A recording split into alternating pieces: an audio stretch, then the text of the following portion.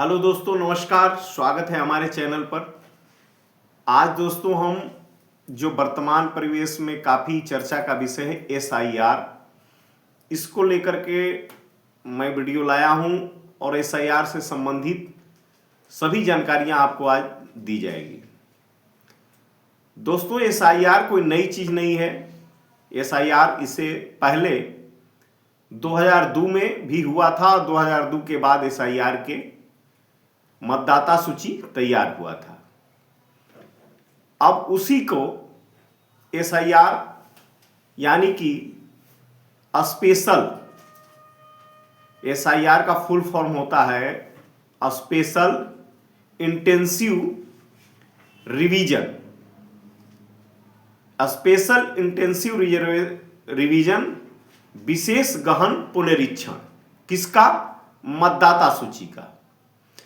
तो दोस्तों, आज इस पर जो है वर्तमान में जो पार्टी रूलिंग पार्टी है वो एसआईआर, उसका एजेंसी निर्वाचन आयोग, भारत निर्वाचन आयोग करवा रहा है।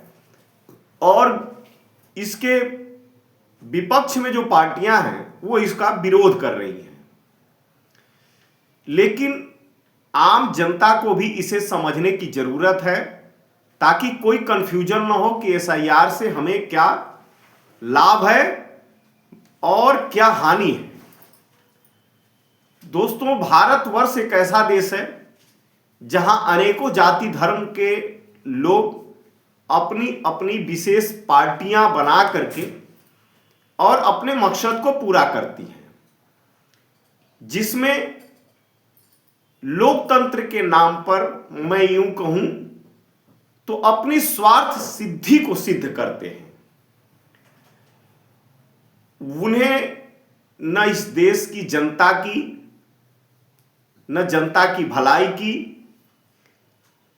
उन्हें सिर्फ अपना कुर्सी और गद्दी दिखाई पड़ता है। दोस्तों, काफी एसआईआर भविष्य की योजनाओं के लिए जरूरी भी है और होना भी चाहिए। आज सुप्रीम कोर्ट में विपक्षी पार्टियां गई थीं। सुप्रीम कोर्ट ने भी स्पष्ट कहा कि एसआईआर को हम रोक नहीं सकते हैं क्योंकि यह भारत निर्वाचन आयोग का मामला है और इसका होना भी जरूरी है। विपक्ष में कपिल सिब्बल जो है खड़े थे और कपिल सिब्बल के द्वारा दलील दिया गया, सुप्रीम कोर्ट, माननीय सुप्रीम कोर्ट के द्वारा कहा गया कि आप भारत निर्वाचन आयोग को चुनौती दे रहे हैं जो कि यह संगत कानून की दृष्टि से नहीं है। स्पष्ट, हां, उसने ऐसा निर्देश दिया कि जिनके भी नाम 2002 में मतदाता सूची में है उनको किसी भी हालत में नहीं काटा जाएगा, या जिनके 2002 के मतदाता सूची में उनके माता पिता का नाम है उन्हें भी किसी हालत में हटाया नहीं जाएगा।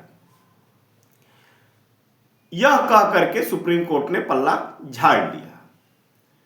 अब बात करते हैं कि इसका पीछे जो अभी बिहार प्रदेश में हुआ और वर्तमान में लगभग 11 से 12 राज्यों में एसआईआर का कार्य हो रहा है,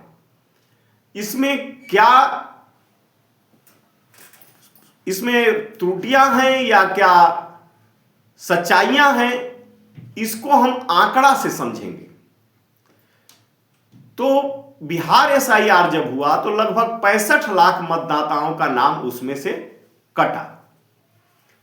जो 65 लाख मतदाता नाम से कटे थे वो या तो 2002 के मतदाता सूची में उनके माता पिता का नाम नहीं था, या 2002 के मतदाता सूची में उनका स्वतः नाम नहीं था, या तो वो जो फॉर्म दिया गया वो भर करके बीएलओ को वापस नहीं किए। 3 कारणों से उनका नाम कटा था, जिसकी संख्या 65 लाख थी। चलिए, बिहार का एसआईआर हो गया, चुनाव भी हो गया। अब चलते हैं हम बंगाल पे। बंगाल में एसआईआर का काफी ममता बनर्जी द्वारा विरोध किया जा रहा है। लगभग 7 करोड़ 40 लाख एसआईआर का फॉर्म वहां बीएलओ के द्वारा प्रदेश में बांटा जा चुका है। अब बात 7 करोड़ 40 लाख में लगभग 6 करोड़ ऑनलाइन हो चुका है, बाकी 1,40,00,000 अभी ऑनलाइन होना बाकी है। तो इसमें अब 1,40,00,000 में आंकड़ा यह बताता है कि 26 लाख तो लगभग ऐसे मतदाता हैं जो कि उनका नाम या तो 2002 के सूची में ही नहीं है, या तो उनके माता पिता का नाम भी 2002 के मतदाता सूची में नहीं है। वो 26 लाख संदेह के घेरे में है। उसके बाद 14 लाख ऐसे मतदाता हैं जिनका फार्म तो दिया बीएलओ ने, लेकिन वो लौटा ही नहीं। तो इस प्रकार से 26 और 14 को जोड़ दिया जाए तो 40 लाख वर्तमान में अभी, जबकि इसका कार्य 4 दिसंबर तक होना है। 4 दिसंबर से पहले आज का आंकड़ा मैं बता रहा हूं कि लगभग 40 लाख मतदाता संदिग्ध के घेरे में है। अब महाराष्ट्र में आपको ले चलते हैं। महाराष्ट्र राज्य के मात्र मुंबई में एसआईआर के काम में लगभग 11 लाख मतदाता ऐसे हैं जिनके द्वारा कि उनको जो फॉर्म दिया गया वो फॉर्म वापस नहीं किए। तो एक महाराष्ट्र के मात्र मुंबई नगर की ऐसा बात कर रहे हैं। बंगाल का आंकड़ा आपको दिए। तो ऐसा कौन सा कारण है जो वो या तो फॉर्म को लौटा नहीं रहे हैं, तो हो सकता है कि उनकी मृत्यु हो चुकी हो या दूसरे देश में पलायन कर चुके हो, तो उनको मतदाता सूची में रखने की क्या जरूरत है। 14 लाख ऐसे हैं।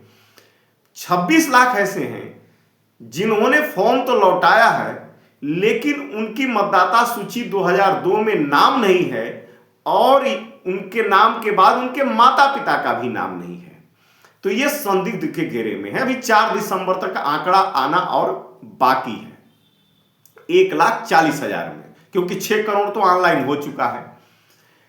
अब दोस्तों बात अब दूसरी अब यह आती है कि एसआईआर क्यों जरूरी है। तो एसआईआर भारत के भविष्य के लिए, क्योंकि भारत की सीमा पूरे विश्व की स्थल सीमा का 2.4% है। आप जानते हैं कि भारत 3 ओर से समुद्र से घिरा हुआ है, एक ओर हिमालय की पहाड़ी है। तो समुद्र को और बंगाल की खाड़ी को भर करके हम जमीन को बढ़ा नहीं सकते हैं, हिमालय को काटकर हम जमीन को बढ़ा नहीं सकते हैं। तो हमारी भूभाग तो उतनी ही होगी या तो कम होगी कटाव के माध्यम से, महासागर के और बंगाल की खाड़ी से। भारत की जनसंख्या अपने उच्चतम सीमा पर जा रही है। तो अब रहने के लिए आवास, खाने के लिए अन्न, ये सब चीजों को इसी सीमा में से हमको उपजाना है और रहने के लिए आवास को बनाना है। जनसंख्या बढ़ती जा रही है। अब एसआईआर नहीं होगा, भारत के नागरिकों की प्रमाणिकता नहीं होगी, तो क्या इसे धर्मशाला बना करके, जबकि आप देख रहे हैं कि विश्व के सभी देश, एक ग्लोबलाइजेशन की बात है, विश्व के सभी देश, अभी अमेरिका से जो विदेशी नागरिकों को भगाया जा रहा है, सभी देश भगा रहे हैं, क्योंकि सभी जगह भूभाग की कमी हो रही है, क्योंकि जनसंख्या बढ़ रही है। भारत में भी ऐसा है। तो भारत को धर्मशाला क्यों बनाया जाए? क्या राजनीतिक फायदे के लिए बनाया जाए, जो हम अपने उनको गद्दी दें और इसको जो है वो वोट के लालच में यहां जो आए वो बसाएं और अपना मतदाता सूची में नाम जोड़ करके रहें? तो दोस्तों मेरे कहने का मतलब ये है कि एसआईआर कोई गलत चीज नहीं है। यह हमें सुरक्षा प्रदान करता है। विदेशी आएंगे, वह आधार कार्ड देख ही रहे, आधार कार्ड बनवाना कितना आसान है। फर्जी कागजातों के आधार पे आधार कार्ड बन जाएगा, फिर यहाँ की नागरिकता प्राप्त कर लेंगे, मतदाता सूची में नाम आ जाएगा, फिर बम ब्लास्ट करेंगे, भूखमरी बढ़ाएंगे, अव्यवस्था को फैलाएंगे। तो इनसे बचने के लिए हमारे देश के ओरिजिनल नागरिक हैं, उन्हें क्या दिक्कत है? उनके माता पिता यहाँ रह रहे हैं, उनकी जमीन जायदाद यहाँ है, पुरानी वोटर लिस्ट से हैं, उनका नाम तो कभी कटेगा नहीं। यह तो विपक्षी पार्टियों के द्वारा जो है गलत तरीके से मैसेज किया जा रहा है, बस हमारे तरफ मतदाता आ जाए, उनको देश से तो कोई लेना देना है नहीं, बस इसे धर्मशाला बना करके गद्दी पाना है। जागरूक तो हम जनता को होना है, क्योंकि हमें ही सुरक्षा की जरूरत है, हमें ही जो है अपने भविष्य के और अपने भविष्य में होने वाले सभी संतानों के भविष्य की जरूरत है। तो दोस्तों, इसमें जो भी आपके पास बीएलओ आपके घर आता है उसका मदद करें, सहयोग करें।